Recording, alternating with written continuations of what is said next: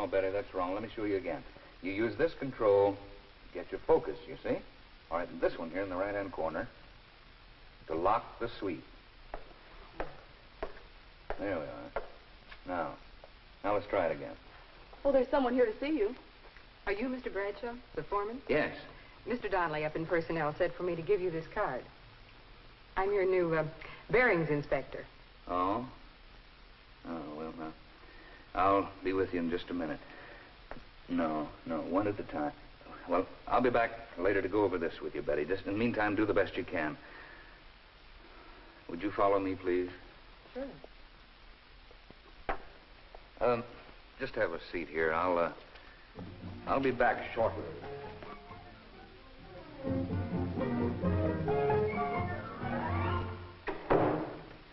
Well, Mr. Bradshaw, what's on your mind?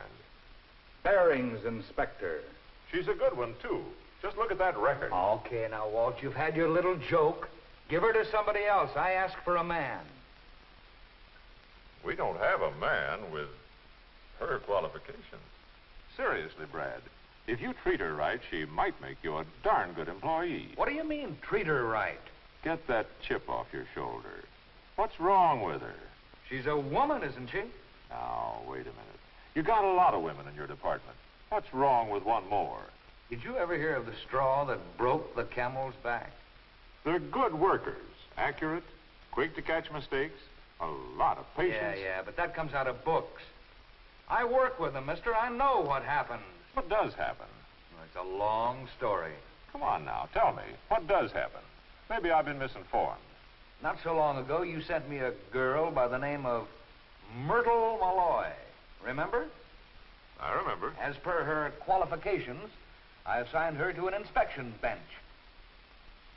Well, in a matter of days, that bench looked more like her dressing table. And then came the day when... Joe, will you take your stuff back to table 9? That'll be your bench for the time being. Okay, Chief. Myrtle, we're moving you to table number 10. Is something wrong, Mr. Bradshaw? No, nothing's wrong. We just need this space for something else. Well, I sure hate to give it up. It's been a nice place to work. The light's good here, and it's nicely situated right in the middle of things. I just begun to feel at home. Well, I'm sorry, Myrtle, but table 10 will have to be your work area for the time being. You mean there's liable to be another change? There's always that possibility. Well, I certainly hope I'm not moved every other day. With man, no trouble at all. Tell him what you want and he does it. But with Myrtle, a little move is a big production. Okay. Now, wait a minute. You asked me, now let me tell you. Now, here's another problem.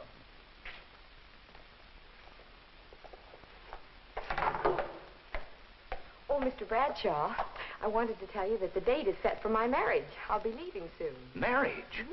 I thought you just got engaged. Well, I told you about it 6 months ago. We were only waiting till we could find a place to live. 6 months ago?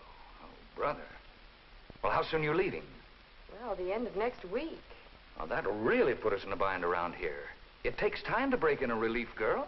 Yes, I know it does. I wondered. Why didn't you say something? I didn't realize you were getting married right away. Well, I'm sorry, Mr. Bradshaw, but I really thought you knew. We've all been talking about it. Okay, Brad, but how many blushing brides do you have?